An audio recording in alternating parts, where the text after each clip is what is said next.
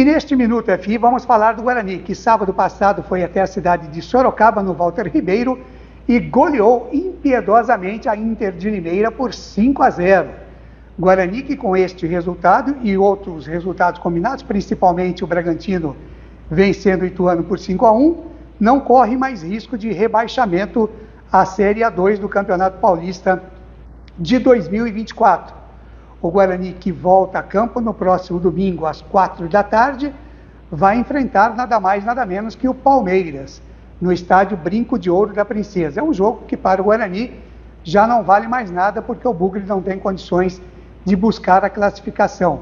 Para o Palmeiras ainda tem sim um valor, porque o Palmeiras pretende terminar como primeiro na sua chave. Para isso está brigando com o São Bernardo.